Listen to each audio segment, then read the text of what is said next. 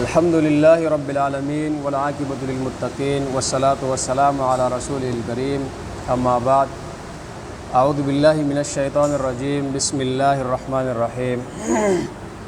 قل امر ربی بالقسط واقیموا وجوہکم عند کل مسجد وادعوہ مخلصین لہ الدین کما بدأکم تعودون۔ قل امر ربی بالقسط، کہہ دیجئے کہ میرا رب انصاف کا حکم دیتا ہے، وَأَقِيمُوا وُجُوهَكُمْ عِنْدَ كُلِّ مَسْجِدٍ، اور ہر نماز کے وقت اپنے چہرے کو قبلہ رخ کر لو، وَادْعُوهُ مُخْلِصِينَ لَهُ الدِّينَ، اور اسی کو خالص ہو کر پکارو، كَمَا بَدَأَكُمْ تَعُودُونَ، جس طرح تمہیں پہلی مرتبہ پیدا کیا گیا اسی طرح تمہیں دوبارہ پیدا کرے گا۔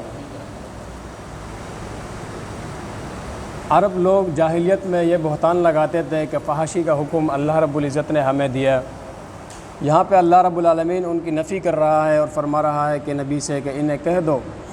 کہ قل امر ربی بالقسط، اللہ رب العزت تو انصاف کا، عدل کا اور احسان کا حکم دیتا ہے۔ واقیموا وجوہکم عند کل مسجد، امام اللہ رب العالمین جو ہے وہ بری باتوں کا حکم نہیں دیتا، بلکہ وہ تو ایمان باللہ اور ایمان بالرسول اور توحید کا حکم دیتا ہے۔ امام ابن کثیر رحمۃ اللہ علیہ اپنے تفسیر میں بالقسط کا معنی لکھتا ہے کہ اس سے مراد انبیاء علیہ الصلاۃ والسلام کی شریعتوں کی پابندی کرنا اور ان کی تابعداری کرنا، بلکہ اللہ رب العزت تو اس بات کا حکم دیتا ہے کہ بندہ جہاں کہیں بھی ہو نماز پڑھے تو اپنے رخ کو قبلے کی طرف کرے۔ دوسری بات یہ ہے کہ اللہ رب العالمین اس بات کا حکم دیتا ہے کہ انسان جدھر بھی ہو نماز پڑھے، عبادت کرے تو اپنے آپ کو خالص کر کے اللہ کے لیے ہر چیز کو خالص کر کے اللہ سے پکارو، کیونکہ عبادت کے اندر نیت کا خالص ہونا یہ ضروری ہے۔ دوسری بات یہ ہے کہ شریعت محمدی کا طریقہ بھی ہونا لازمی ہے، اس کے بغیر عبادت ناقابل قبول ہے۔ اگر آپ عبادت کرتے ہو اور طریقہ محمدی نہ ہو تو اس کا کوئی فائدہ نہیں۔ وَادْعُوهُ مُخْلِصِينَ لَهُ الدِّينَ كَمَا بَدَأَكُمْ تَعُودُونَ، جس طرح تمہیں پیدا کیا گیا شروع میں اس طرح تمہیں دوبارہ پیدا کرے گا۔ اللہ رب العالمین قادر ہے اس بات پر کہ جس طرح آپ کو پہلی مرتبہ پیدا کیا، انسان کو پیدا کیا، کسی کو مومن اور کسی کو کافر، انسان فطرت پہ پیدا ہوا ہے۔ اللہ فرماتا ہے هُوَ الَّذِي خَلَقَكُمْ فَمِنْكُمْ كَافِرٌ وَمِنْكُمْ مُؤْمِنٌ وَاللَّهُ بِمَا تَعْمَلُونَ بَصِيرٌ۔ اللہ رب العزت فرما رہا ہے کہ میں اسی طرح اٹھاؤں گا جس طرح دنیا میں مسلمان اور کافر کو پیدا کیا، قیامت والے دن اس طرح مومن اور کافر کو اٹھاؤں گا، اور اللہ رب العالمین خوب دیکھنے والا ہے جو تم کر رہے ہو۔ دوسرا مطلب یہ ہے کہ جس طرح دنیا میں انسان آیا بغیر ختنے کا اور بغیر لباس کا، کچھ بھی نہیں تھا انسان کے پاس، اللہ رب العالمین نے نہایت آسانی کے ساتھ انسان کو پیدا کیا، اس طرح دوبارہ بھی اس بات پر قادر ہے کہ وہ بغیر کسی مشکل کے اور آسانی کے ساتھ انسان کو پیدا کرے گا۔ عبداللہ بن عباس رضی اللہ عنہ بیان کرتے ہیں کہ رسول اللہ صلی اللہ علیہ وسلم آئے ہمیں نصیحت کرنے کے لیے کھڑے ہوئے اور فرمایا کہ اے لوگو، اللہ کے ہاں قیامت کے دن ہم سب برہنہ ہوں گے، بغیر کپڑوں کے، بغیر لباس کے اور بغیر ختنہ کے ہوں گے۔ پھر کہنے لگا کہ اول خلق نعیدہ کما بدا اول خلق نعیدہ وعدا علینا انا کنا فاعلین، ہم دوبارہ اس بات پر قادر ہے کہ ہم تمہیں دوبارہ پیدا کریں گے اور ہم اپنے وعدے میں سچے ہیں۔ عبداللہ بن مسعود رضی اللہ عنہ بیان کرتے ہیں کہ رسول اللہ صلی اللہ علیہ وسلم نے فرمایا کہ بندہ جنتیوں والے عمل کرتا رہتا ہے، جنتیوں کا کام کرتا رہتا ہے، یہاں تک کہ جب جنت اور اس کے درمیان ایک گز کا فاصلہ رہ جاتا ہے، مرتے وقت کوئی ایسا کام کر جاتا ہے کہ وہ سیدھا جہنم رسید ہو جاتا ہے۔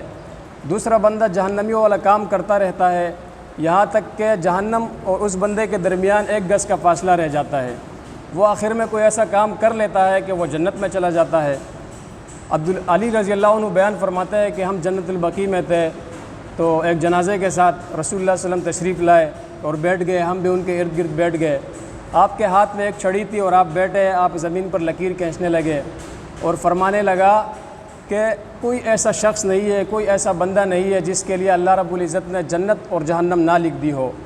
کوئی ایسی چیز نہیں ہے جس کے لیے اللہ رب العالمین نے نیک بخت اور بدبخت نہ لکھا ہو۔ تو ایک صحابی نے عرض کی، یا رسول اللہ صلی اللہ علیہ وسلم، پھر ہم اپنے کیے ہوئے پر، لکھے ہوئے پر بھروسہ کریں، عمل کرنا چھوڑ دیں؟ تو نبی علیہ الصلوۃ والسلام نے کہا نہیں،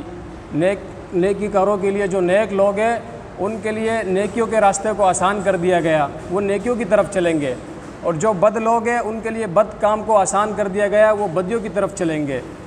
تو اس بات سے معلوم ہوتا ہے کہ عمل کرنا نہیں چھوڑنا چاہیے، انسان کو اپنی کوشش کرنا چاہیے۔ اب دیکھو، اب فرض نماز ہے، ایسے لوگ بھی آپ کے ہاں ارد گرد موجود ہے جو نماز پڑھنے نہیں آئے، کیونکہ وہ کوشش نہیں کرتے نیکیوں کی طرف، اور جو انسان کوشش کرتا ہے وہ پہنچ جاتا ہے۔